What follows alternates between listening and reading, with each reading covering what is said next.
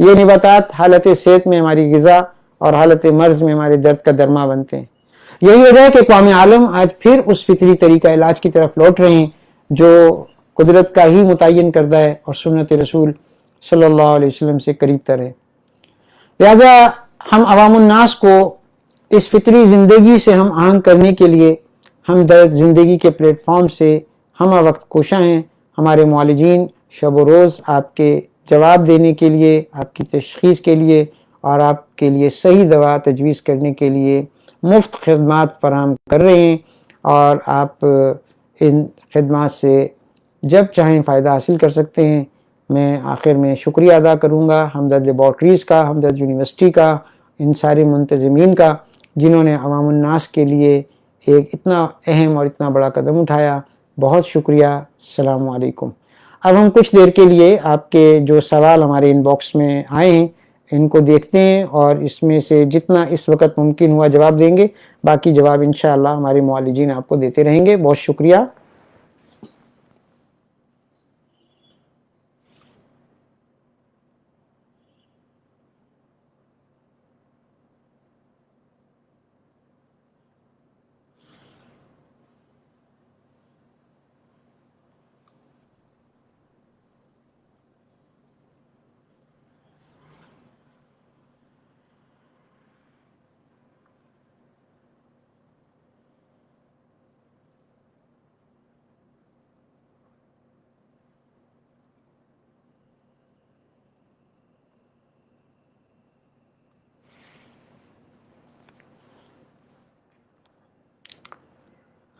بہت سارے لوگوں نے صرف کمنٹس کیے ہوئے ہیں، کوئی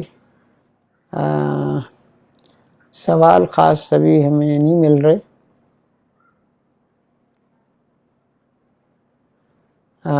ایک ڈاکٹر نوزت کا سوال ہے، کیا روزے میں خوف رہتا ہے؟ دیکھیں، روزہ تو خود بہت ساری بیماریوں کا علاج ہے، لیکن اگر کوئی پراپر پرسسٹنٹ انزائٹی اور سٹریس کا مریض ہوتا بھی ہے تو اکثر روزے کی حالت میں یہ اس کی سٹریس جو ہیں ویسے ہی 50% سے زیادہ منیمائز ہو جاتے ہیں. اور کیونکہ میٹابولک ڈس آرڈرز جو ہیں وہ لوڈ کم ہوتا ہے لیور کے اوپر، تو اس لیے جسم کے اوپر کسی قسم کا کوئی سٹریس نہیں ہوتا، کوئی کارڈک سٹریس بھی نہیں ہوتا، تو عموماً مریض جو ہے وہ بہتر ہو جاتا ہے. تو روزے میں پیراسمپیتھیٹک سٹریس بھی کم ہوتا ہے، آدمی کی موومنٹ کم ہوتی ہے، خالی پیٹ ہوتا ہے، جس کے یہ سارے فیکٹرز مل کر اس کے سٹریس کو ٹھیک ہونے کا، اور روزہ از خود شفا ہے تو اس کا ذریعہ بن سکتے ہیں.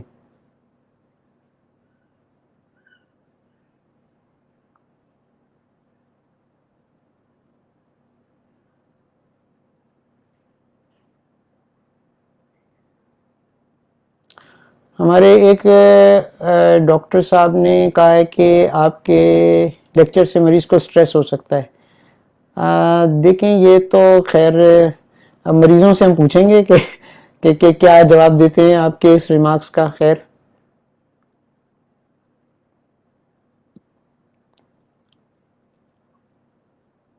ڈاکٹر نزت کا ایک اور کوشچن ہے کہ عام فہم زبان میں بتائیں. تو عام فہم زبان میں تو صرف میں اتنا ہی کہہ سکتا ہوں کہ دیکھیں، نماز میں شفا ہے، یہ ایک متصدی کا بات ہے، روزے میں شفا ہے. تو ان ساری چیزوں میں عام مشاہدے کی بات بھی ہے کہ اگر آپ مریض کی اچھی کاؤنسلنگ کرتے ہیں اور مریض کو وقت دیتے ہیں اور یہ مریض اپنے اعمال اپنے وقت پہ کھانا پینا سونا ٹھیک کر لیتا ہے تو اس کا سٹریس اور انزائٹی بغیر دواؤں کے بھی ٹھیک ہو جاتا ہے.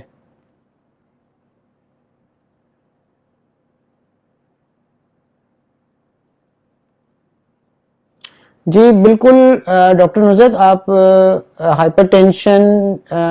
واقعی ایک سنڈروم ہے جو بہت سارے بیماریوں کے نتیجے میں پیدا ہوتی ہے. رینل ڈس آرڈرز بھی ہو سکتے ہیں، ڈائبٹیز میں اکثر شریانوں کے امراض ہائپر ٹینشن کی کاز کر رہے ہوتے ہیں، اور ہائپر ٹینشن تو نتیجے کے طور پہ بہت ساری بیماریوں اور بہت ساری چیزوں کے اندر نتیجے کے طور پہ ہمیں ایک مجموعی علامت کے طور پہ، یا ہم اس کو سنڈروم کہہ لیں، کی صورت میں نظر آتا ہے.